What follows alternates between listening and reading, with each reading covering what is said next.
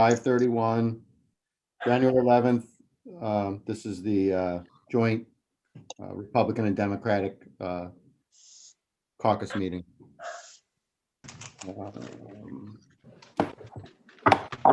So do we have to do roll call for this? Yeah. Okay. All right. All right. When I say your name, just signify if you're present. Joe Hoffman, Present. Kevin McCarthy, Present. Jim Webster, Here. Fred Westcott, Here. Dean Crosby, Here. Brad Lindmark, Present. Aaron Booker, Here. Burt Girl, Present. Keith McDonald, Here. John Butita, Here. Tim Neighbors, Here. Dorothy Red, Present. Angie Goro, Present. Steve Schultz, Here. Jazz Billich, Here. and I believe that's all of the board members, and looks like we're also joined by Dr. Martell and Chairman Shirelli tonight. Did I miss anybody? Dave Kelly, did I get you? Jaime? Is Jaime present? I don't see Jaime on my screen. And how about Dave Kelly here? I'm not sure I said his name. I'm sorry, Mr. Hoffman. Miss Fellers? I don't see her on my screen either. Okay, so those two are gone. Okay. Okay, so we have a quorum. Is Mr. Disney here? Is not. Okay, that's three of them. I don't see him either. Okay. Okay, so we have no one from the public here, so we'll forego that. With that, I guess we could go right into the agenda for the county board meeting. I don't have mine up. If somebody does, which committee is first on our agenda for this week? Finance. Okay, so Mr. Salgado's not here. The vice chair is Mr. Schultz, Mr. Schultz, can you do the finance agenda for us? I apologize, Mr. Chairman, but I was not able to attend the meeting last week. Okay. Mr. Kelly?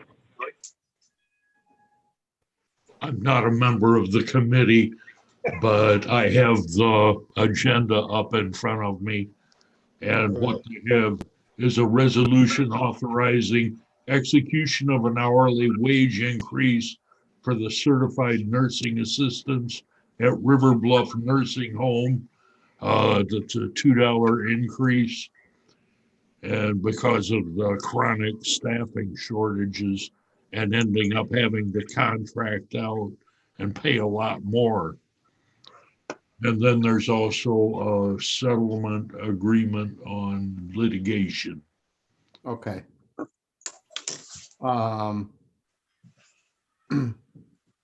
The wage increase. You also have another one. It's budget amendment 2021-001 COVID-19 vaccine management to be laid over. Okay, I see Mr. Salgado has joined the Yes. call. That's correct. So, Yeah. So would you like to go ahead and go through the items on the finance agenda for us? sure, absolutely. Thank you. So one of the first items is the pending litigation. If you recall, this has to do with the settlement for the chairman's accident that he incurred.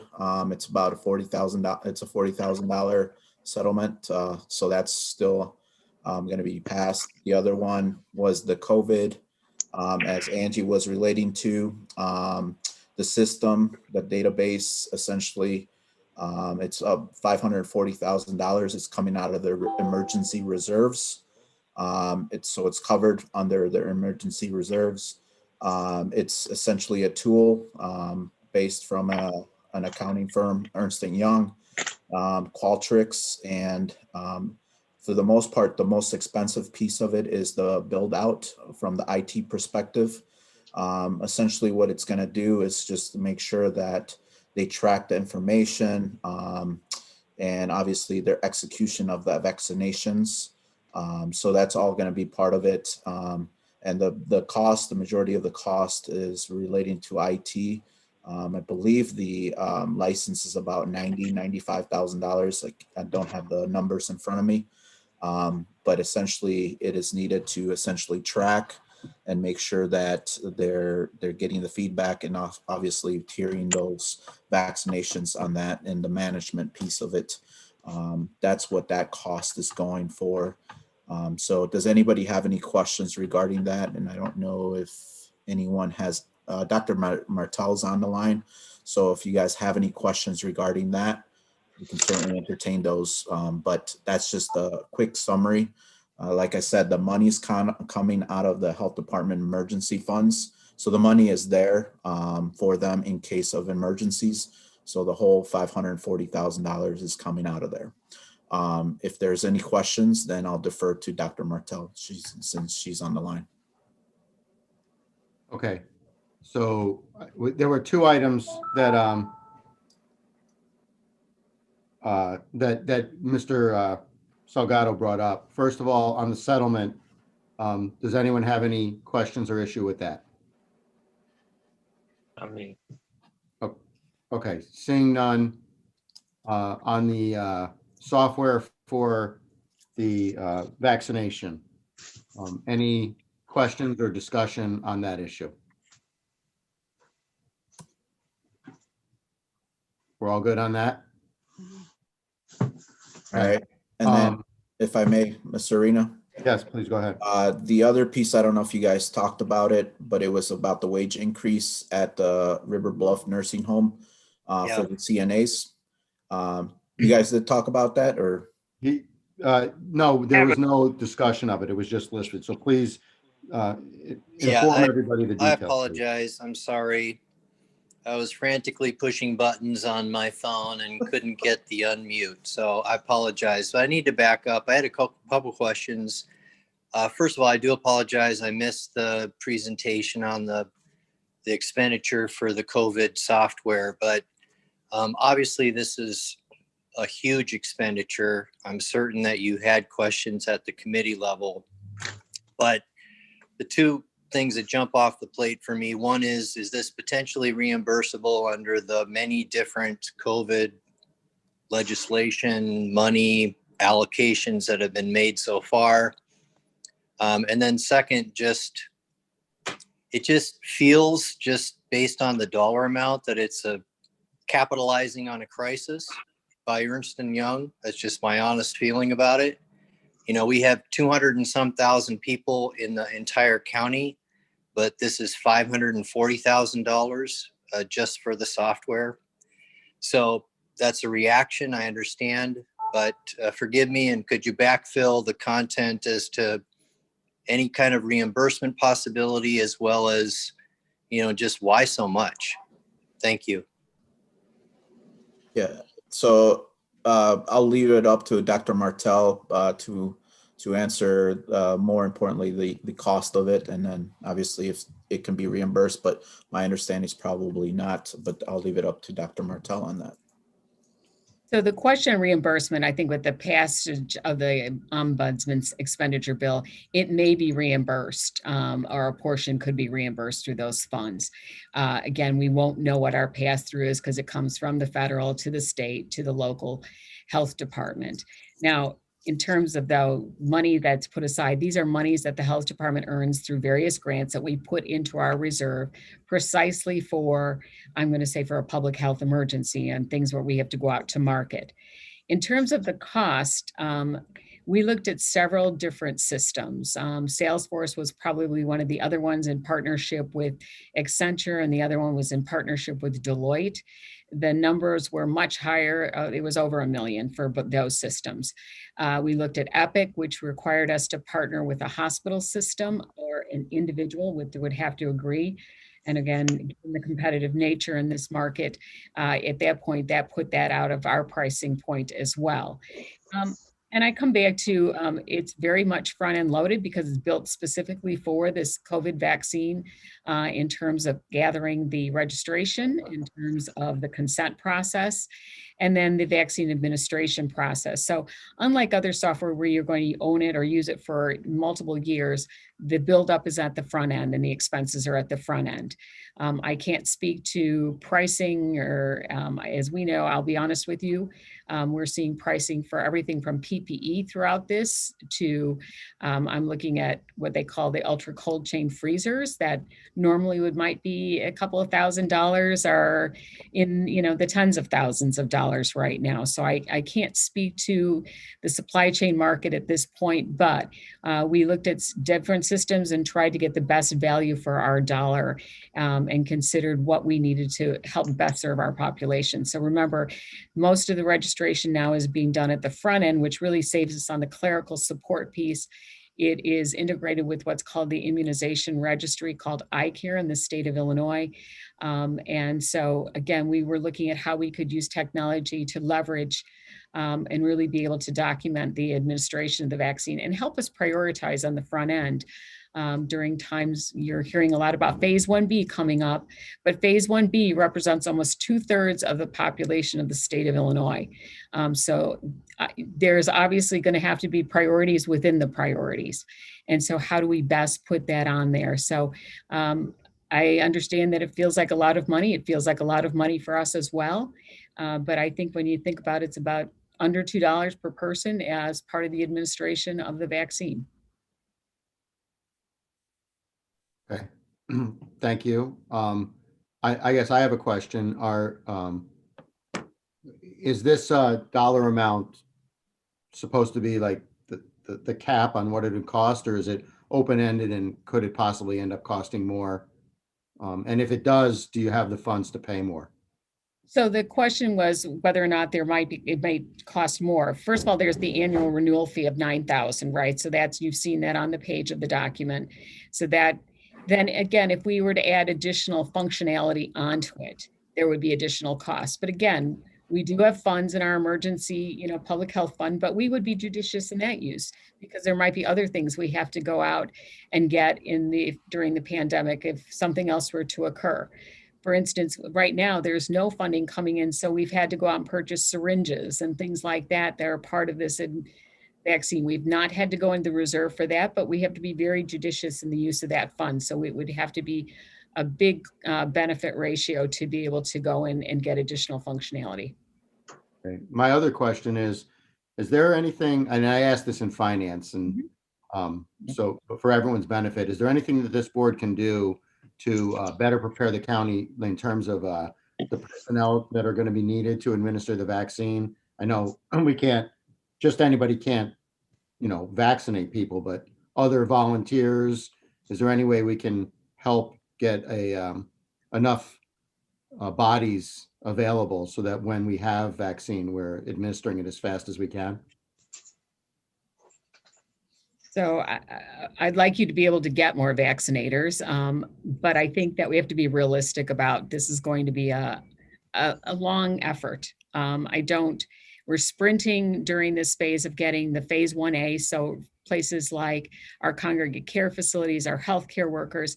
I think the best, one of the supports I really need from all of you is to help your constituents understand, because I think there's a lot of excitement around the vaccine because everyone who's in phase 1B wants to get vaccinated yesterday. Our businesses want it out there so they can reopen fully. And the challenge is it's going to take a significant amount of time to vaccinate the population. And I explained a little bit in finance, but for instance, we're doing vaccines, let's say this week, and you're getting the Pfizer product. In 3 weeks, we can't do any more, we have to go and redo the second dose on everyone who got the first dose. So it's kind of like in the sporting field, that bye week, right? Where we're not adding new people on. If it's the Moderna, it's every 4 weeks. And so we have a logistical challenge of surging that up. So most healthcare systems, similar to the bed staffing, we're all vaccinating now, phase 1A, doing the second dose this week. We're into some of our congregate care facilities this week called the CILAs, or the Community Integrated Living. And so then we have to replicate this in 3 and 4 weeks to get that second dose to get the effectiveness. So we are working with, first of all of our I'm going to say schools, like we're using nursing students, we're using medical students, we're using the EMS technicians that have been trained. We are using a significant portion of our medical reserve corps to back it up, in addition to our health system partners that are also vaccinators. Again, that's the other part where you see some of the things coming out. Can we go out and buy staff? Well, I think we know what it's like, even trying to challenges with getting staffing for River Bluff. It's a very competitive market for temporary position.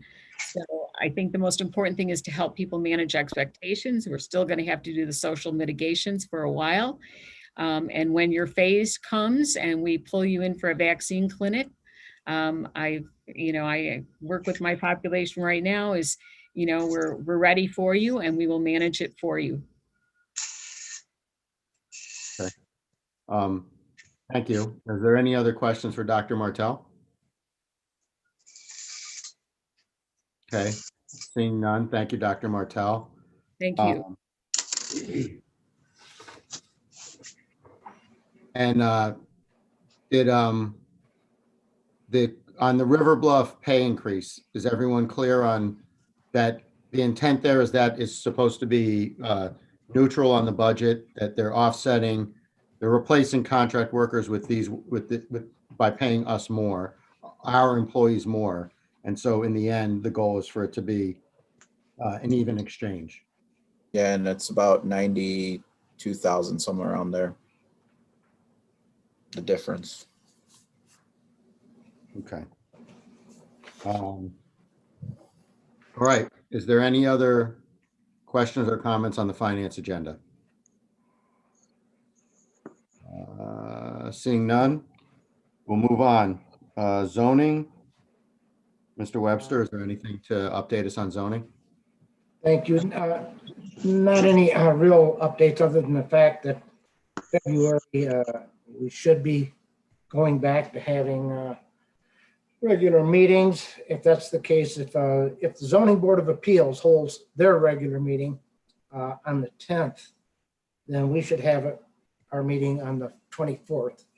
So they would be handing us off the information that they delved it through. And then with any luck, who knows, with any luck, then on the 25th of February, I will have some things to read into the record or first reading. That will, of course, go to a layover to the following meeting then in March. Looks like, unless there's suspension of rules on the 25th, if everything went according to plan, if there was a suspension of rules on anything I brought in on the 25th, if not, then our first things we would have to vote on as a board would be in March, believe it or not. So it's been a terribly long time since the board's had to deal with any zoning issues.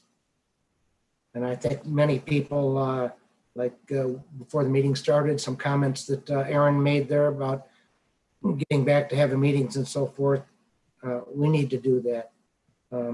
There's people out there that want to get things done as far as any zoning goes, and through no fault of theirs, this COVID happened, of course, and everything's been put on hold. But my God, it's time to get things back to normal as much as we can and start living again.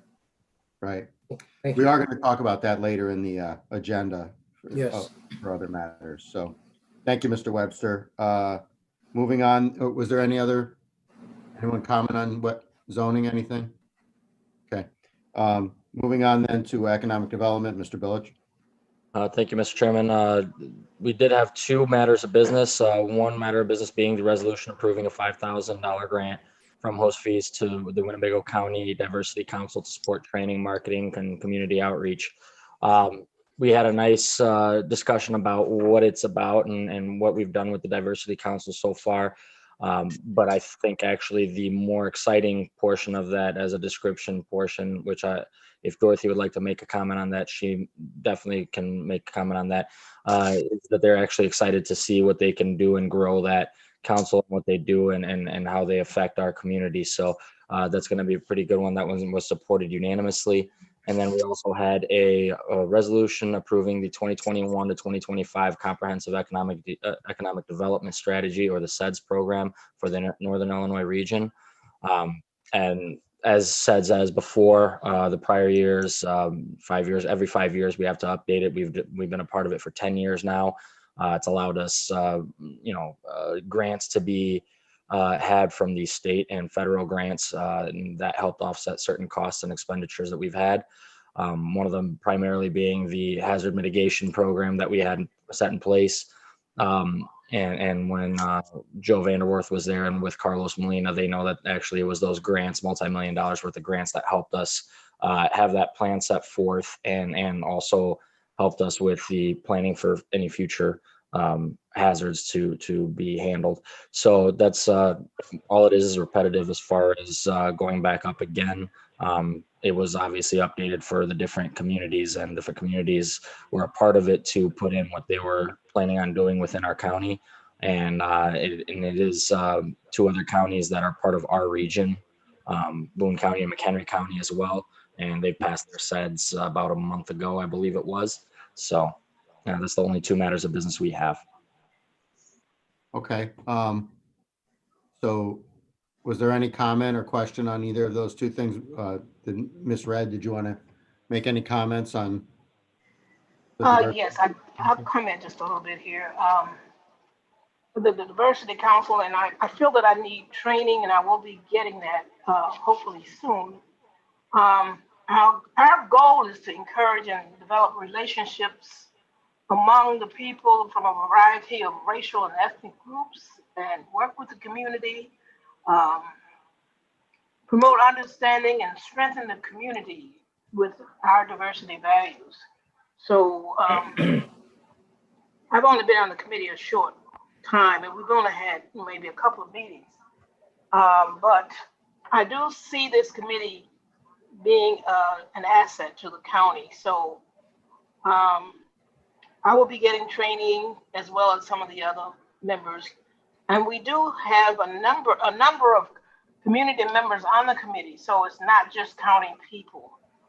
So if anyone else would like to comment, Salgado or Tim Neighbors, you're welcome to do that.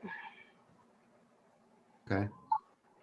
Thank you, Ms. Red. Is there any other comments on either of these 2 issues?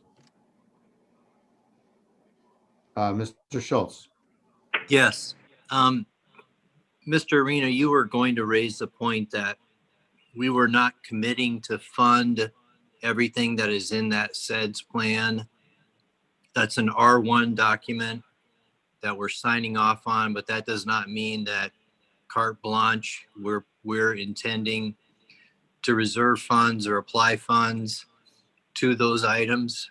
Did you get an answer on that? Yes, I did. I asked multiple people this question. Ms. Fellers was very helpful checking in with the state on this. She confirmed it. I spoke with Carlos Molina today. He said the same thing, that it's not a commitment for anything. And because he wasn't necessarily familiar with all the, I was mostly looking at the infrastructure projects. That's where I was worried about financial commitments.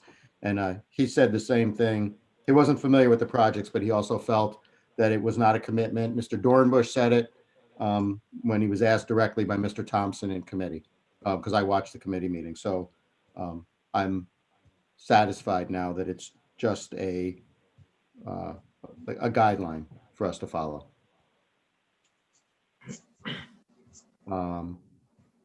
Anyone else have any questions on it? Mr. Kelly. And producing it is just a hoop that the government makes you jump through if you want to qualify for grants. Right. That's, Ms. Fellers confirmed that for me. Okay. Then moving on. Operations, Mr. McDonald. Thank you, Mr. Chairman. Operations is 1 resolution extending the coronavirus response policy. As far as federally, that ended at the end of the year. We're extending it through, I think it's the end of March, allowing people to have their paid time off if they become ill or to care for somebody who's been ill. I've also seen this in private business as well. I think it's probably a responsible move to make. Okay, thank you. Are there any questions on that? Okay, seeing none, we'll move on. Public Works, Mr. Tassoni, do you have anything you'd like to inform the board of? No, thank you, Mr. Chairman. No, we've had no meeting. We have no report. Thank you. Thank you. Public Safety and Judiciary Committee, Mr. Girl, anything in the pipeline? Things are in the pipeline. We should be having a meeting here in the week or the next week coming. So I'll keep the committee and the board up to date on that. Okay, Thank you. thank you. Something that I talked about with Chairman Shirelli is we have these other boards and commissions because we're going through the list of who needs to be appointed, but would any of the board members who are on other committees or groups like to inform anyone? Mr. Neighbors, I know you're on the mental health board. You know, I'm actually not even sure who's on what boards, but is there anyone else who would like to give a report on anything? Mr. Tassoni? Thank you, Mr. Reno there, and for the chairman's knowledge as well, just to give you a little insight of I guess, committees called by the chair, so to speak. Myself, I've been on the Liquor Commission for maybe the past 10 years or so, give or take. In the past, the Liquor Commission, and like I say, just for others who might need a little input on this as well, we meet maybe a handful of times a year as called by the chairman, basically when new licensing comes forth for a new business or new ownership on a liquor license. Other than that, a handful of times a year, it's to renew all liquor licenses in sometime around April or May. So basically that's, it was in the past a 3-person committee with the chairman being the chair of that committee. And when Gary Jury left some time ago, we went down to 2, Fred Westcott and myself. So just for, like I say, a little info for the chairman there, it seemed to work good with a 3-member committee plus the chairman. And this way, in an absence, we still had a quorum.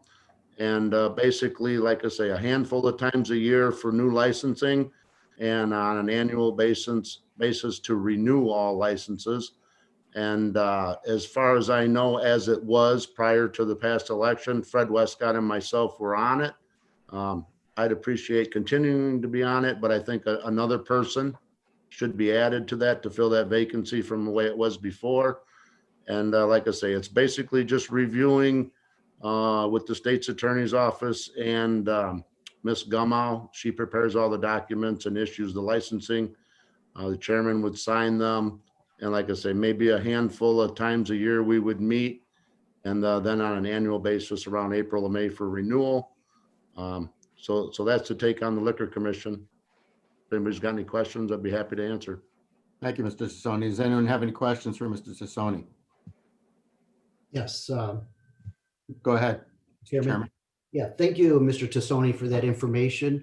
And if the Joint Caucus would like to have 3 members on that Liquor Commission, I'm more than willing to do that. If there's anybody willing to serve on that, besides Mr. Tassoni and Mr. Westcott, if he wants to stay on there, please let me know and we'll get that. I see Mr. Booker is interested. We'll get that moving forward and get that handled very shortly. May I ask a question? Sure, go ahead. Mr. Ciccarelli, with the city of Rockford, is the mayor chair of that committee, the liquor committee? So in the city of the Rockford, the mayor is the liquor commissioner of the city of Rockford. Yes, and in Winnebago County, should you not be on that committee, the chair of that committee? I believe that's currently how it's done, yes. Okay. Absolutely, thank you. Thank you. Mr. Webster. Yeah, if there's nothing else about that subject, Mr. Tassoni reminded me as well, though, of other things that the chairman appoints people to. And myself and Angie Gorel and Aaron Booker are appointed as trustees to the University of Illinois. I have been doing that since, I think, as long as I've been on the board. I believe Angie has been on there with me since for 10 or 12 years, I think. And Aaron's been on there the last couple of years as well. And so I guess I would, as well, I would be interested in continuing in that role there. We meet several times a year as well with issues that deal with 4-H, for example, is just one of them, and one of the many programs that they administer. There's well over 100 programs there. But they deal with inner city probably as much or more than they do with the rural area as well. So it touches on things countywide, truly, it does. Okay, thank you, Mr. Webster. May I add to that? Go ahead, Ms. Squirrel. It's good because I'm city. Aaron is the south part of the county, and Jim's the north part of the county. I have also suggested to the chairman that he has a meeting with Miss Larson so that he can get caught up on what because she comes with a real nice folder. And if you ever want Miss Larson to speak to all of us to catch you up on all the things that they do, because people just think it's rural and that has nothing to do with the city or with inner cities. So it would be nice that Mr. Ciccarelli has a talk with her. They sit down and discuss what it's all about, so he has a good feeling for it. Thank you. Thank you. I would welcome that. And I'm going to just give a little brief summary of my intentions with these appointments. Early in my first 30 days, I requested from the executive assistant, Stacy Mullins, to put together all the boards that need appointments, all the members, when they were appointed and when their terms expire. And unfortunately, she has a very outdated database on that. And between herself and myself, we've been accumulating the accurate information. So I did submit to Mr. Arena and Mr. Hoffman the data that I have currently, but I am getting that corrected with Stacy. So once that's completed, then I'll come back to the joint caucus and discuss how I want to bring forward outside appointments and then internal appointments from which board members are on. So just be a little patient with me. We are almost done completing that data. Ms. Fellers has offered that she has a complete list of all the appointments and a very good database on it. So she offered up to supply that to me also. So that might speed up the process a little bit. And inside the information that I received, there were members that were passed away. There were members that have resigned, that were never replaced or reappointed. One example on the Winnebago County Crime Commission, the past chairman put a member of the community up for appointment, and I could not find any evidence of any members being appointed to that commission through any history in our records. So I contacted the state's attorney's office, and they supplied me with the bylaws for the Winnebago County Crime Commission. And in their bylaws, it's an appointing authority that does the appointments and not the advice and consent of the county board. So I supplied that information to Mr. Arena and Mr. Hoffman. So I'm going to be on a Zoom call tomorrow morning with the Winnebago County Crime Commission, informing them of that information that I received, because they had told me about that, but I needed to get that confirmed with the state's attorney's office. So basically the Winnebago County Crime Commission, they vote on somebody to be appointed to their commission, and then they bring it to the appointing authorities, which would be myself as chairman, the sheriff, the state's attorney, the chief judge, the mayor of Rockford, the mayor of Loves Park, and the mayor of McChesney Park. And that was created by them being a non-for-profit, and they have their own corporate bylaws. So I just wanted everybody to be aware of that. We will not be bringing forward a crime commission appointee for the advice and consent for the county board. That was put up several months ago by the past chairman, because we don't have jurisdiction over that through this county board. So these are the little things that I'm finding out as I'm going through. And I'm happy I did find that out, so we can move forward with that appointment. Thank you. May I speak, Mr. Ciccarelli? Then who are they accountable to? Well, according to their bylaws, they're accountable to the appointing authorities. which is again, the chairman of the Winnebago County Board, the state's attorney, the sheriff, the chief judge, and several other mayors, because that's how that was created, how that board was created. It wasn't created by county code or by county ordinance. It was created by an intergovernmental agreement among the different, entities. The crime commission does a lot of work. Have we ever paid attention to it? Yes. Has they been able to bring it forward to any of the villages or the county that's involved in it? And that's something we need to look into. For those of you who are familiar with the crime commission, we really need to seek out what they're doing, how they're doing it, and why we don't pay attention to. They do a lot of research, and why aren't we paying attention to it or asking them to do more research for us? Right. Well, I'm sure maybe we can ask Mr. Girl to have them present at a public safety committee meeting, and then we can all observe and get those. May I speak, please? Yeah, we have Mr. Booker and then Miss Red. Go ahead, Mr. Booker. Thank you, Mr. Chairman. As chairman of the Public Safety Committee for the last year and a half or so, I was attending the Crime Commission meetings on Tuesday mornings, and there is a meeting tomorrow morning. There's something that prior to my chairmanship on the Public Safety Committee, we as Ms. Gorel alluded to, we have not paid that much attention. So I was attending the meetings. They were presenting their research and their final report to me.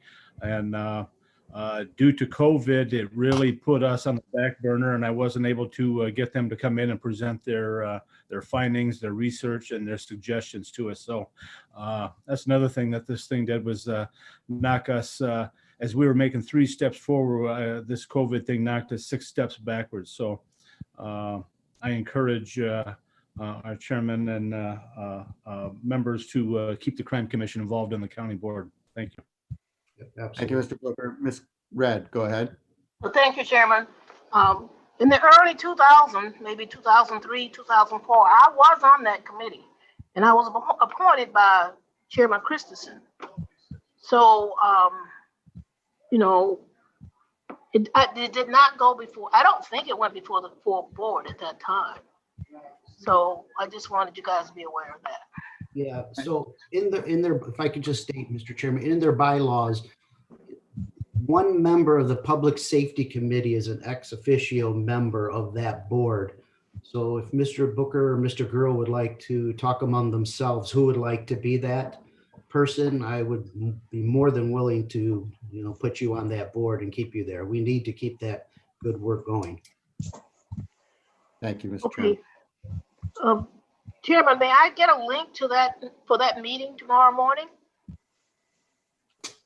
Sure. I will see if I can forward that to you because I didn't create it. I'll see if I can get that forwarded to you. It's at 7:30 in the morning tomorrow. That's fine. Yeah, 7:30. Okay, I'll see if I can get that over to you, Ms. Red. Thank you. Thank you. Next, we have Mr. Neighbors. Go ahead, Mr. Neighbors. I was just gonna say I would also like a link to that meeting. The other thing is, are we still on? If there wasn't anybody else, I was going to talk about the mental health board. Would that be sufficient? Yeah, I believe we're done with the Crime Commission conversation. Yes. Okay. Go ahead with the mental health board. I'm on the newly formed mental health board. I was appointed by the chairman, and now we updated the county on some of the things that have gone on, as we develop the process. And on the 13th, we're going to have a press release to so people could know they can apply for the funds. And the mental health board is prepared to bring another presentation to the board on the 14th or the 28th, whatever the board decides. They said the 28th would be better suited to give a better presentation, but they are able to do it on the 14th as well. Okay. So I was hoping, you know, the board would be okay with giving, for them to give a presentation on the 28th about what's going on in the press release on Wednesday. Right. I think that's a fantastic idea. You would just coordinate that with Chairman Shirelli. And either whatever day you think is best, I'm sure it would be fine for everyone here. Does Okay. anyone have any questions for Mr. Neighbors about the Mental Health Board? The only thing I want to say about Mr. Neighbors and the Mental Health Board, he's been doing a fantastic job on it. And the whole Mental Health Board has been moving forward. They have put a lot of time, energy, and have come up with some great ideas of how things should be and how it's going to be operated. I know many of you have been asking since the day we put that tax on a ballot, what are they doing, what are they doing? Well, now they know exactly what they're going to be doing. And so it's going to be to our benefit for them to come and take a half hour, whatever they need to explain the whole thing to us. And I want to thank you, Tim, for keeping right on top of that. Thank you. Thank you. Okay, yes, thank you, Mr. Neighbors. Anyone else have any input on any of the boards or commissions that they might be involved with? Okay. I can tell you actually that I'm on River Bluff Advisory Committee, which I was appointed by the chairman. Okay. I am also on Winnebago County Health Department, which I was appointed by the chairman, and I would like to stay on there unless someone else really wants those positions. All right, well, that's good information for Chairman Sorelli to know. Does anyone have any questions for Ms. Goro on the two boards that she's serving on? Okay, seeing none, we've got a few other things we need to cover tonight. I had sent out an email to the entire board back in December about holding parliamentary procedure training. The date that we set was the 16th, this Saturday, from 9 to noon. It's a Zoom meeting, so I believe we should be able to record the meeting if anyone for some reason is not able to attend. Part of the what we purchased from the trainer was a like a guidebook that she had put together that she'll use to train us from. So I went and picked up copies of those books today. I'll drop them off at the board office tomorrow morning. So I would encourage all of you to stop by and pick up the book in advance of the training so that you can be familiar with it and maybe have questions prepared. I'll be talking to IT about sending out the Zoom link for that meeting. Does anyone have any questions about that? Mr. Kelly? May I ask who the trainer is? Is it Nancy Sylvester? It is. Yeah, everyone speaks highly of her. Mr. Tassoni? Thank you, Mr. Chairman. I would just like to compliment and commend yourself and whoever else had doings with making this happen. I'm very much looking forward to it. If I'm not able to attend by Zoom, I'm looking forward to the documents and the things that we can review and look at. But I think it's very well needed. Thank you. Thank you, Mr. Tassoni. Yes, Chairman Shirelli had also encouraged me to do it. Mr. Hoffman? Thank you, Paul. Can you give them that date and time again, please? It's this Saturday, January 16th, from 9 to noon. Thank you. Mr. McDonald? Will there be a Zoom invitation sent out for that, Paul? Yes. Yeah, I'll talk to IT tomorrow about getting that done. Ms. Crosby? You're on mute. You're still on mute.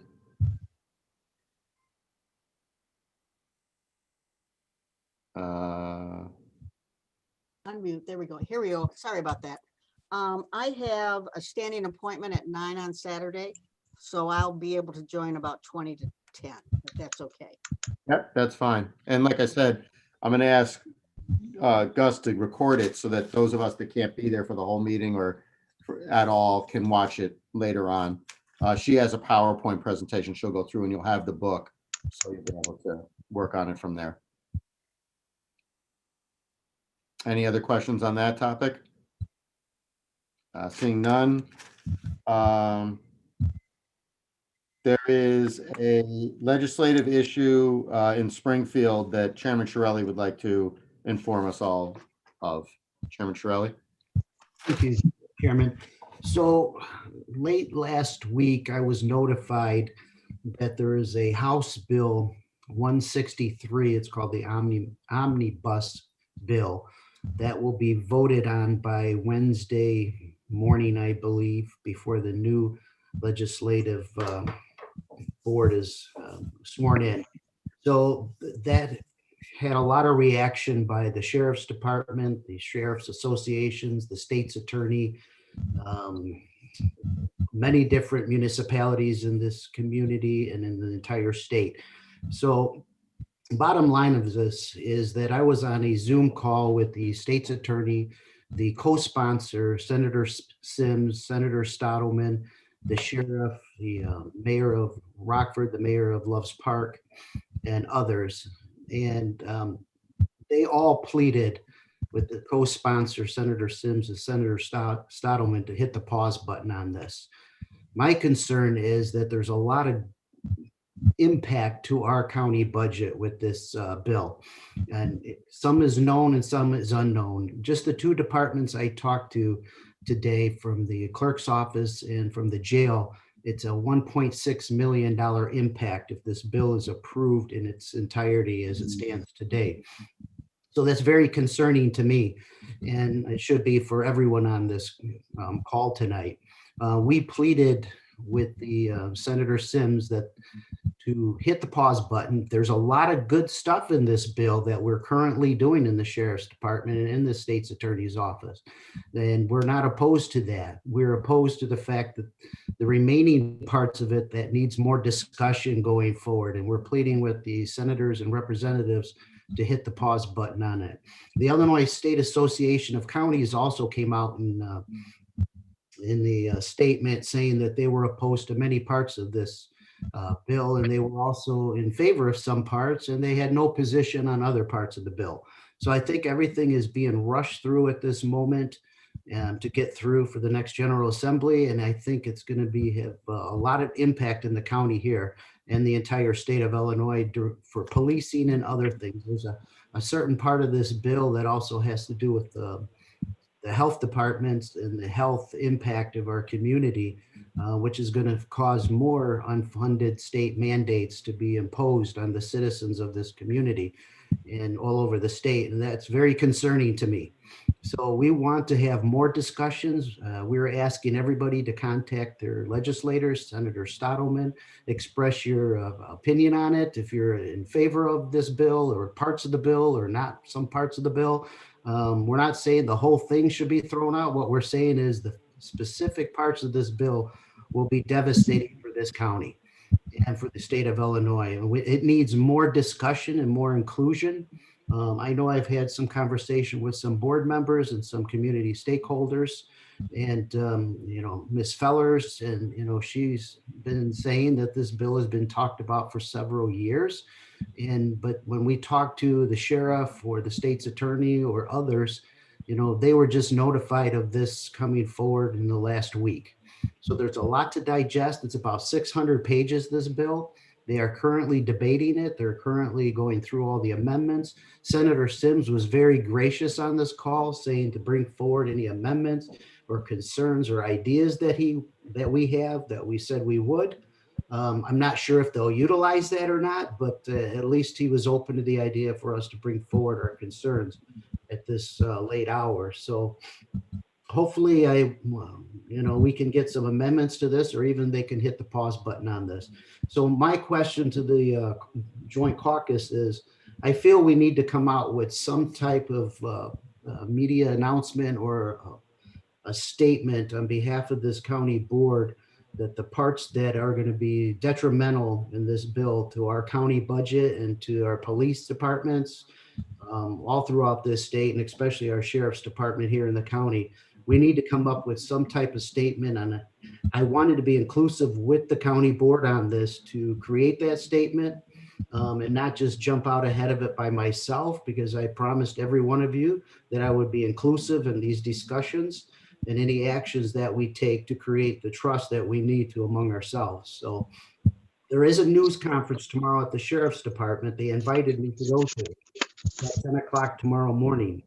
Our state's attorney is also opposed to many parts of this bill, and he's come out with his own statement and media announcement late last week. So I want to make everyone aware of this. It's very, very important for us to take some type of action, either calling our legislators or coming out with the statement publicly as a whole body or as part of this body.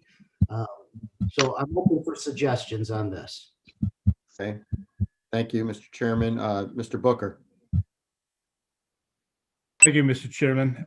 As you know, regarding in reference to our phone call the other day, I was looking, and just to let the board know, I was looking to come up with a resolution, hopefully to show the public and the sponsors of this bill that the Winnebago County Board is in opposition to this bill, the way it is written. I agree with Chairman Shirelli that there are parts that are absolutely workable, possibly 20% of the bill, but as it's written, it's an absolute detriment to not only the state of Illinois, but our community. The city of Chicago sustained over 4,000 gunshot victims. The city of Rockford, we are on, I believe 2020 was a record for homicides in the city of Rockford. But I believe that it's an ill-conceived bill that just wasn't, it wasn't researched well enough, and they did not consult with the Illinois Sheriff's Association and the Illinois Chiefs of Police. The sheriff of Stevenson County is also opposed to this, and right now, as it is written, it is a detriment to our community and the state of Illinois, and I'm in support of putting out a press release. The Winnebago County Board is in opposition to this bill, the way it is written, and that we request sponsors of this bill to take it back and rewrite it. Thank you. Thank you, Mr. Booker. Anyone else? Mr. McDonald. Thank you, Mr. Chairman. I think this is being shoved down throat so quickly that we don't really have time to do anything or say anything. However, I think if Chairman Shirley would come up with some type of a letter asking for time and asking for the appropriate measures that we can go through and do the right thing, I would be happy to stop by the administration building tomorrow and sign my name to the bottom of that letter. Like I said, I think it's going to be done tomorrow. I think they'll probably vote on it tomorrow. But if given the time and the opportunity, if you draft a letter and I read it, I agree with it. I'd be happy to stop by tomorrow morning or tomorrow afternoon and sign that. Thank you. Thank you, Mr. McDonald. Ms. Fellers? I would like to ask members, Booker and McDonald and anyone else who is opposed to the bill, if they could list any specific portions of the bill in which they are opposed. I personally am opposed to any kind of unfunded mandate, which would affect county or municipalities. But in the quick glancing over in the elimination of cash bail or in the elimination of qualified immunity, neither of those things are things that I would have a problem with. So I was wondering if you spoke specifically, Mr. Booker, to gunshot victims. Was there something specifically in the bill that you believe would increase incidences of gun crime in communities? Mr. Booker?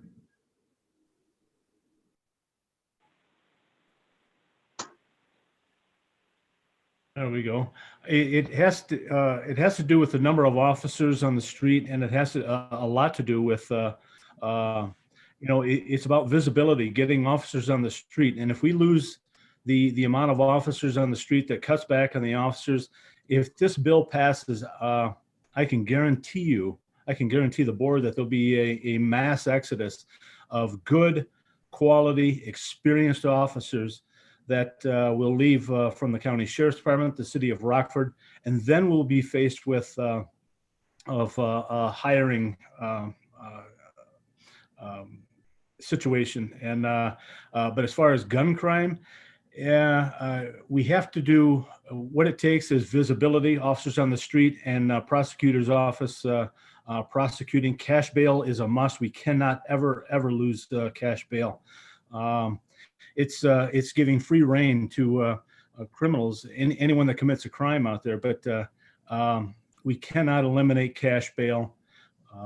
But the state's attorney's office, as far as prosecutions, our judges being setting down harsher sentences on gun crimes. That's what it comes down to. That's what we've got to focus on, and tactical units getting the guns and drugs off of the street. But I can provide a itemized or a more descriptive narrative of what I'm getting at here. Thank you, Mr. Booker. Next, I have Ms. Crosby. And then we'll continue, fellas. Angela, I read today a letter from the Illinois Association of States Attorneys, which cited specifics in the bill that they have found objectionable, and I'll forward that to you. Thank you. I appreciate that. And that was my follow-up, is if I have not had a chance to read the entire bill. I know that it's a culmination of several bills that have come in front of the Illinois legislature since 2017. I agree that the elimination of cash bail for dangerous or repeat violent offenders, that doesn't make sense to me. But the elimination of bail for civil offenses and things such as that does. So I would just ask that when we do make a statement, that we're specific to the financial implications of the bill, and that we don't wade into weighing in on state policy as it comes to criminal code. That would be my ask. Thank you. And I would like to say, I agree with what Ms. Fellers just said. I think all of us who've been on the board know what our financial situation looks like.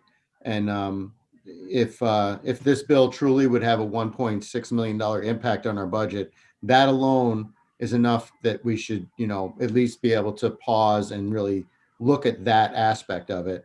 And then further to understand, I don't know what it means to eliminate cash bail. Are we literally saying if somebody goes out and shoots another person that we book them and then let them out on their own recognizance until they come to court? If it's for minor things, sure, it makes sense. But for major, and I don't know what's in the bill. So my suggestion to Chairman Shirelli would be that your comment focus on the financial implications right at this point in time. May I speak, please? Yes, please go ahead, Ms. Red. I'm not sure, but I think this might be the same bill where if a person is arrested for something and they're found not guilty, then you'd have to put their money back, or you remove that from their record. Is this the same bill that you guys are talking about? Possibly. It's enormous. It covers a wide range of issues. I think we need to specify the things that we don't like. Because I did hear Representative West reading or talking about parts of the bill, and some of them I thought might have been good, but then we need to separate what we don't like so it does not defeat the whole purpose. Right. Thank you. Just in case everyone's not aware, they were trying to pass this bill in the lame duck session, which is the period of time that people are down there who've been elected, have lost election, but they're still on the General Assembly. The new General Assembly begins Wednesday afternoon. So they're trying to get this done before whatever it is, noon on Wednesday. And that's why there's this urgency to, on our part, to make some type of a statement. There's not a lot of time to really dig into it and understand it. So that I think that's why that safe ground is the financial aspect of it in terms of the need to wait. May I speak? Yes, please go ahead, Ms. Corll. I have never seen anything that's rushed through turn out to be a good process. It's probably one of the worst things that they can do. Also, is it just done by our representatives, or is it done with the advice also of attorneys, of sheriff's departments? You know, it sounds like a bunch of guys got together, wrote this up, and none of them have any professional background in doing so, or what is required and what isn't required from the state, from the city, and from villages. I too would have to say no to this, because I don't like anything that is rushed through. It never pans out right, and we get into more problems, and it costs us a lot more money than if we all sat down and really gave it some thought, especially our legislators. And they need some professional advice when they write these things, because they are not knowledgeable enough to tell us about our sheriff's department or our police department. Even if they've been on it, they're all different. And if this is going to be one for all and all for one, then we really need to have a lot more input into this bill before it passes. Thank you. Thank you, Ms. Corl. And just for everyone's knowledge, it's been an initiative of the Black Caucus in the House, and their response to that is they did hold hearings throughout the summer on these topics. So, you know, when people have said, well, you didn't talk about it enough, they feel that they did at least have those public hearings. Although, go ahead. My question is, who did they talk to? Well, they held public hearings where they invited in various points of view. I mean, I didn't attend the meeting, so I don't know, but I just wanted everyone to be aware that that point has been made to them, and I know for a fact that they've stated that, hey, we did have these meetings, that it's a serious issue, and they want action on it sooner rather than later. So I can understand from their point of view their sense of urgency, but also, you know, a bill that's 600 pages long is going to touch a lot of different aspects of government operations, and I think, you know, it's almost, I think, better to break it into smaller parts. So, Mr. Booker. Thank you, Chairman. Yeah, real quick, they had public hearings, but now we're hearing that they obviously didn't speak to state's attorneys and sheriffs and the Illinois Chiefs of Police Association. Thank you. You're welcome. So I would just like to wrap this up then. You know, the conversations with Tom Lawson today with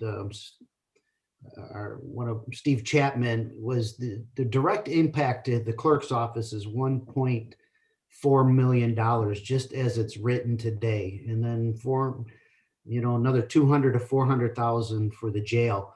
You know, at the $1.6 million, that's just two departments.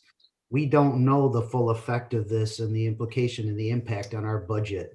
That's why I pleaded for a pause and to wait for this vote, because it is so in unknown territory what it can do to our budget. These are, you know, unfunded state mandates that who's going to pay for this? It's going to be our citizens by either raising the tax rates or, you know, fees, or it's going to be devastating for the people. And we already have a mass exodus in the state of Illinois and in this county that's being contemplated because of all this stuff going on.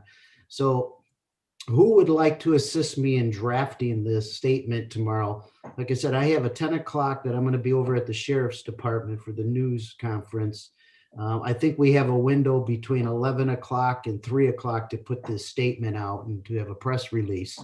So, you know, this is a cumulative effort, but I do want to focus on the financial impact of this bill, because to specifically cite these articles and without, you know, having good conversations with the Sheriff's Department or the state's attorney and even the judiciary, this will have a huge impact on our judiciary here in Winnebago County and the effects, financial effects, just to that, you know, department. So if I could get some help with this statement so it's inclusive of everyone's thoughts, because it's going to be a very busy day tomorrow. So maybe Mr. Arena or Mr. Hoffman, you can help me coordinate that either through a phone call or come to the office around 11 o'clock tomorrow, and we can utilize Stacy Mullins to help us craft this. Yeah, I'm willing to help. If I see Ms. Fellers has her hand up, Mr. Billich did too. Mr. Lindmark, go ahead. In that order, Ms. Fellers, briefly. Okay. What would you say? Yeah, but I would be willing to help craft that statement, but I also have a question as a point of clarification. In the money that was listed as additional costs to the clerk's office and to the sheriff's office, was that an additional expenditure or was that anticipated lost revenue from us no longer collecting cash bonds? Mr. Lawson said his estimate on the financial impact in the clerk's office from this bill was 1.4 million additional new money. That's gonna- Additional new money. It wasn't just a loss in revenue. Yes. And that taken into the account of loss of revenue, who knows? We really don't know the full impact of this bill because it could be changing momentarily. Who knows? They could call a vote in 10 minutes on this. This is very serious for us. Like I said, there's portions of this bill that even the sheriff and state's attorney said were good portions of it. Now, I sent everybody today, the Illinois State Association of Counties, that newsletter they put out has the entire bill in there. And they are opposed to several portions to this bill also as an association. But again, I just received that in the last couple of days, and I tried calling the president of the association today, and the phone, he was so tied up, I couldn't even communicate with him about this, specifically what their concerns are. So take a look at that newsletter. I'll be forwarding those newsletters every week to you when I receive them, because it has a real impact on all of us, what's going on in this county. And I don't believe it should be just on my computer to read. It should be all of us reading this to get some good ideas going forward here. So again, I will be concluding that press conference probably around 11. Whoever wants to come to the office, we can get on a Zoom call or a phone call with everybody else that can be in, that's not in the room. And I think we can knock this out pretty quick for a press release tomorrow. Okay. Mr. Billich, did you have a comment? I did. Thank you, Mr. Chairman. Yes, and as a follow-up, I did have a comment, but I would definitely help in drafting that. With the comment that Ms. Fellers made, as well as the follow-up that Mr. Shirelli made there, there are multiple sources as far as the issues and certain issues that different agencies not only have with it, but as well as whether you even look at from the entire Fraternal Order of Police or even the Chiefs Association as well came out pointing out certain specific things that they had an issue with. I would definitely be a part of it, and I would like to encourage, obviously, the state legislatures to take into account of the fact that they have an opportunity. We always talk about one thing that the board has always done was, hear one side, then hear the other, and then we find that road in between. I think that as part of legislation in general, that should be the process. And I think that right now we have at least some kind of context as to what the issues are. I think that there needs to be a bit more discussion into how you find that place in between and what we can work with and work around. So that way, obviously, it wouldn't be detrimental to the community, or whether it be to the financial portion of the police departments or the state's attorney's offices. So I would gladly help out with that as well. Thank you, Mr. Billich. Mr. Lindmark, did you have a comment? Yes, unfortunately, I'll be tied up with meetings at work. Otherwise, I'd love to help on writing that. A couple of the major problems we're facing right now in this county are crime and our financial stability due to the COVID. Small business owners are taking a hit. The way this bill is written is going to raise crime and cost us money. I'm totally against it the way it's written. Whatever I can do to help, if I can join in a call at 2:30, I'm sure you guys will have it done by then. But totally against this bill the way it's written. Just wanted to point that out. If there's any help I can offer, I've been there, but I do have 2 meetings at work. Thank you. Thank you, Mr. Lindmark. Mr. Webster. Yeah, thank you. I guess this is bothersome on a number of levels, really.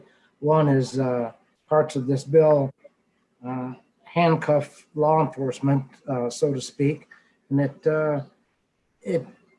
one of the chiefs I talked to today agreed that this would give officers on the street less reason to go out and do what they do in fear of retaliation for doing what they do. And then as far as the state's attorneys goes, if there's going to be no bond for anybody, I guess I don't know if that's going to mean more or less need for more or less state's attorneys. If there's no bond, and less reason for cops to go out and do what they do, there's less fear then for the bad guys to continue doing what they're doing. And so this hits on so many fronts. And finally, yes, it's imperative to have the state's attorney's office there when you write this, Chairman, this letter, to make sure it's professionally done and so forth. But some of the other parts about this, because it comes from the state, as another unfunded mandate. And it's also hitting on the issue of criminal justice. One of our mandates we got before some of you got on board there was the mandate that we had to pay jurors more for doing a civic duty. You know, you look at that, that's your civic duty to be a juror when you get called for it. Okay, so a few years ago, the state says, you're not paying your jurors enough. So the first year that they said we had to pay jurors more, that kicked us in the slats for $250,000 in our budget that we weren't expecting. And so that, when we say it hurt us, the county, it hurt everybody in the county, all of the taxpayers. And this thing, same way, taxpayers are going to pay for this in the end run.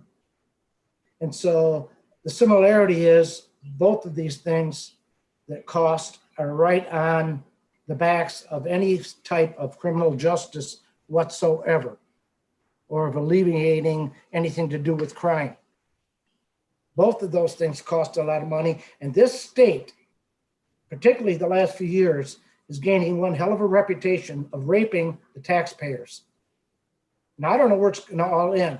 We know now that Illinois is the state with the second most exodus of citizens next to New York.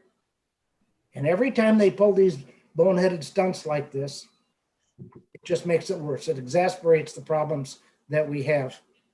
Taxpayers can only take so much. Thank you. Thank you, Mr. Webster. Mr. Neighbors. Thank you, Mr. Chairman.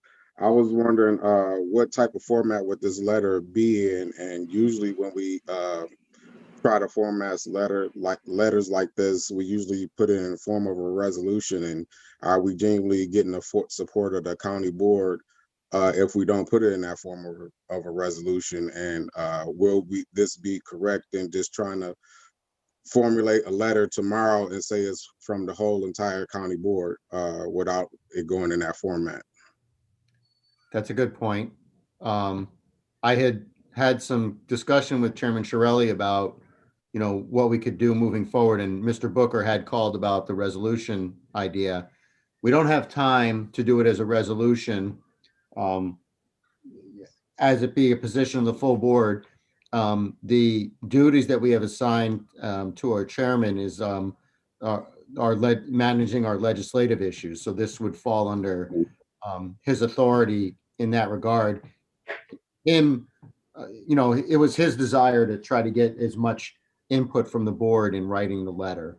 So I guess the tone would have to be, as chairman of the county board, this is the issues we see. I know he's expressed to me his desire to make sure that all of us have our opinions represented in what his statement would be. So that's my take on the legality of it right now. Before I go to Ms. Fellers, did that, Mr. Neighbors, answer your question, or would you like to follow up? You said it would. You said it would come in a letter saying from the chairman of the county board. Right, and we can, depending on what happens with this issue, this board can bring a resolution, forward for debate, and we could discuss, that also as a follow-up to this. Ms. Fellers?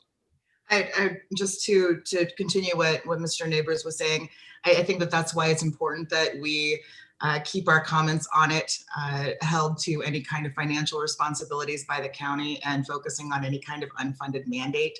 The spirit of this bill is meant to, in how it was written by the Black Caucus, is meant to return trust between citizens and police officers and to address long needed solutions to problems that have caused a disproportionate number of population of those who are incarcerated to be Black and brown people, and to address issues that we have with unfair application of our laws in the state of Illinois. And it is a bit of a radical approach. And I think it is meant to bring conversations like what we're having right now forward. Conversations are hard, right? When some of us are uncomfortable. And I do believe that it's intentionally provocative. I don't have a crystal ball in front of me. I can't say that it's going to pass. I don't support every measure in the bill. But as a county board, I think it's responsible for us to comment. You know, we are not law enforcement officers either. I don't think that we should be speaking for law enforcement officers. We are responsible for the financial aspects of this, and we should limit our, any kind of contribution that we have in support or saying that we have an issue with it. As a board should be limited to those financial responsibilities. Any personal statements on the personal beliefs of individual board members should be made separate from the whole. Okay, thank you, Ms. Fellers. So, those of us who have strong feelings about it, connect with Chairman Shirelli, by email. I'm sure that we can create a draft and distribute it to the board and people can comment before it gets distributed. Chairman Shirelli, would that be acceptable? Yeah, and I just want to reiterate, I want everyone to know that we want to stay in our lane on this one and focus on the financial impact that it's going to have on our budgets to serve the public in an efficient and judicious way. That this is going to be very troubling to everyone if we have to come back and raise the levy and raise the tax rate an enormous amount to cover these added expenditures that are not, budgeted. So that's my focus on this letter, is not to be very political about it, but to stay in our lane and talk about the financial impact. That's why when I started calling around to the different departments, these are estimates. It could be more, it could be less, but right now, more or less than $1 for our budget is going to be, problematic going forward. So I will definitely stay in our lane on this, but I do welcome to help craft this statement, because I do want it to be inclusive as much as possible with this board. I know we're under a time crunch and I know it's hard to put a resolution forward, but I think it's important that we do come out with some statement related to the financial impact. Thank you, Chairman. Ms. Crosby. One more thing. We got Ms. Crosby and then we'll come back to you. Go ahead. Two things. The letter regarding the state's attorneys, I got to get it right. Illinois State's Attorney Association was emailed to us on Friday afternoon. So you can find it in an email from Stacy Mullins.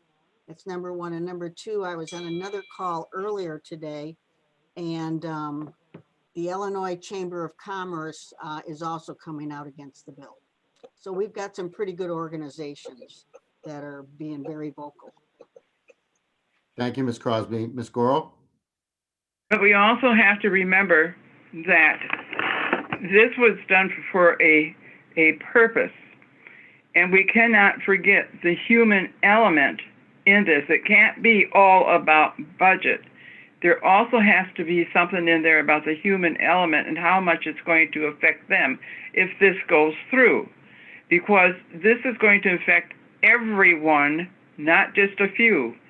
And yes, they have made their statement, and I can agree with that, but we also have to realize on our response to this, it isn't all about our budget. That, even though, I don't know how to express this, this is going to affect people. I don't care if they rent, if they buy popcorn, or what they do, whoever they are, it's going to affect all the population, not just our budget. And we have to go back and look at that and make sure in there that we keep a human element of how this is going to affect everyone, not just certain groups. And we can't just say, well, it's all about the money. You know, that's an old story. It's all about the money. Thank you. Thank you, Ms. Goro. Okay, so we'll let those that are interested make sure you touch base with Chairman Shirelli, and we'll try to give everyone an opportunity to at least see the letter before it goes out. So we're kind of running long, so I just want to get two quick things, or one quick thing for sure. I wanted to let everyone know that Chairman Shirelli was notified that the funding from the federal government for the rental relief was the counties with a population of greater than 200,000 were given the opportunity to distribute that fund themselves so that we could manage it here rather than through the Illinois Housing Development Authority. For those of you that don't know, the first round of funding for rent relief through IDA was kind of a chaotic mess. So Chairman Shirelli coordinated with Mayor McNamara, and the decision was made that we're going to manage that. Alan Zeiss from the Winnebago County Housing Authority will be the point person for putting that together, along with the Human Services Department of the city of Rockford.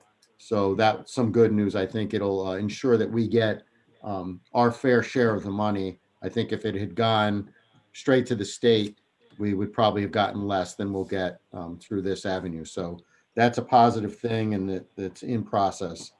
Does anyone have any question about that? Seeing none, then I was, a request was made to me that, when can we start meeting again in person?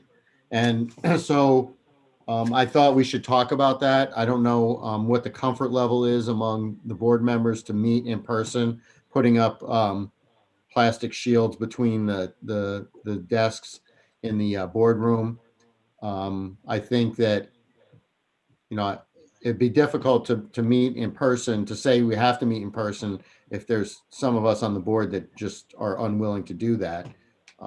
So want to bring it forward for conversation, or, opinions that, are there any on this board who are opposed to meeting in person?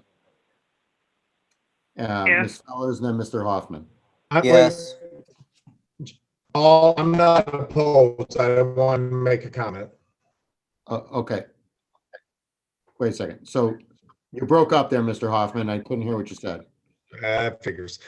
Let me shut my video off. Okay. Go ahead. Paul, I wasn't saying no to it. I was just going to make a comment about it, about the meeting. Can you hear me? Yeah, go ahead. Go ahead and make your comment. Okay.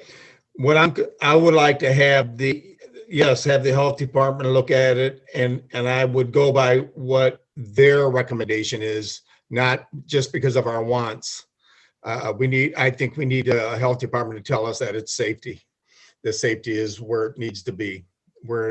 That's what I'm looking for. Yes, we all want to get together. I understand that, but we need somebody, an expert, to tell us it's okay to be there. Okay. Thank you. Ms. Fellers, you had your hand up? I was holding my hand up to oppose to us continuing to meet in public until we've met the Region 1 mitigation guidelines. I think that as a government body that we should lead by example, and that there shouldn't be any unnecessary in-person meetings until we've reached a saturation level for vaccinations and have been released by the health department. Mr. Westcott?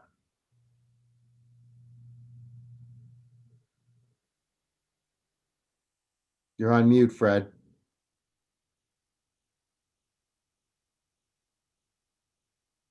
Try the space bar. There we go. Yeah. All right. I just think we need to get back, do our jobs on the board floor. And if people are uncomfortable about it, they can stay home and do the Zoom. But those of us that really want to get back and do this social distancing, do everything that we need to do to keep safe, and then there won't be a problem. Let's just do it. Now, I think I've got some people on the board boardroom right now that will agree with me. Thank you, Mr. Westcott. Mr. Butita? Thanks. I would just like to second Mr. Hoffman's recommendation of checking with the county health department. I think that makes sense to get some guidance there. Okay. Mr. McDonald? Thank you, Mr. Chairman. I think it's embarrassing that Springfield can figure out a way to meet in person, but we cannot. Thank you, Mr. McDonald.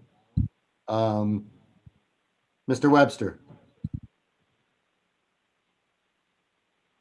Yeah, I think Keith made a point there. If they can figure out how to do it in Springfield, I think we should be smart enough to figure out how to do it here in Winnebago County. I will go what the majority decides on this. I'm not going to fight the majority on this, but I think it's meeting in person, somebody's right next to you and so forth, even with that plastic shield in between. I think, I don't know, meeting like we are here like this, that's all fine and dandy, but still like we're so far away from each other. It just doesn't feel the same. That's for sure. Thank you. I understand, Mr. Webster. Mr. Hoffman? Thank you. Just following up on what was being said about the shields. I believe, I have to go next door to the next room to check with my wife, but I believe the city is no longer meeting in person either. Now, Joe, chairman probably knows if that's true or not, but I believe they are now doing Zoom meetings. Okay. Thank you for letting us know that, Mr. Hoffman. Are there any other board members that want to weigh in and then? Yes, I'll weigh in on it. Okay. First of all, I don't think we have enough room to do 6 feet apart. All our desks are elbow to elbow. Number two, since I've already had it, I don't want it back again because I am at the point right now that I can get it back. And with my health, I don't want it. I won't see you guys there until I get vaccinated and it's an all clear. Don't fool around with your health, guys, because it can hit any one of you. You should be thankful we have Zoom, because if it was in the good old days, we'd all be sitting home and not talking to anyone anyway. So this has been a real opportunity for us to all be together, do our business, and get it done, and we haven't missed a stroke. But I don't want it back again, nor do I want to give it back to my family again either. Thank you. Thank you. Any other board member like to comment? Okay, so Dr. Martell is still with us. Dr. Martell, in your opinion, is there a way for us to meet safely together? Well, first of all, we're going to wait to hear what the executive order in terms of the mitigation strategy is, because that will also limit capacity. And so group meeting size is still under that authority. The other part is, even in the schools where we have plastic shields up, if there's an exposure, we still have to then quarantine the exposures. And so I think we have to take a look at several different factors. One, what is it going to look like? Because again, as government leadership, we do need to set the example, which is the same thing. Our rooms are all at 50% capacity. We do not exceed any kind of limits as well. And then the second part is then maybe deciding if you can manage both the Zoom and in the in-person together, right? Because I think that's how you started out your board meetings, right? With the capacity limits. And there was some technology issues and concerns, making sure that that was all recorded and the public participate. Infection rates are improving, but we are also very concerned about watching and are on the watch for the new variant. So, again, we can take a look at what those look like. We understand the governor will be issuing with the health department what those, gathering sizes and limitations are, and hopefully that will allow you to do some more in person. But at the same token, you really should still maintain your 6 feet of social distance. You still should be wearing face coverings when you're outside your home with people that are not in your household to prevent the transmission. And so that's the challenge in the county boardroom. Okay, when do you expect the guidance from the governor on? We understand it's coming out on at the end of this week, January 15th. Okay, so we should wait, find out what that is, and then we can revisit this issue after that. Yes, because I want all of you to be as safe as possible. Our goal, again, critical infrastructure, we are moving through the vaccination phases. But again, we have to be cautious and about who's in that next group. I know that 1B is the group coming up is our law enforcement, fire is coming up in this group, and our teachers. And as we get through some of that, then we can start looking at how we get vaccination to our next level, which includes our governmental officials. Thank you. Mr. Westcott, you had your hand up? Yes, I just want to know, we've got a very large room on the 8th floor that we have in the back behind us on the floor that we can use the social distancing there for people as well. And just have a microphone up there. And I don't think it's rocket science. That's all I got to say. Thank you, Mr. Westcott. The question is, if we open up the board room, do we then open it up also to the public? No. Why? We're on Zoom and the public has. Once we get off, the public won't have us. They'll have to go into what is it? We do our own recording then. They can do Zoom from their house if they don't want to be there. Well, we've just got an opportunity that we can do this, and I'm going to continue to push it. Well, Fred, I wish you good health, my dear. I have good health and I'm fine. So, if you say so. Okay. Thank you, Ms. Gorel. Thank you, Mr. Westcott. So we will keep this on the radar, and we'll wait for the governor's recommendations or his order, and then we'll discuss what our next steps can be. thank you. Are there any other issues to come before this joint caucus tonight? Move to adjourn. May I have a second? So moved.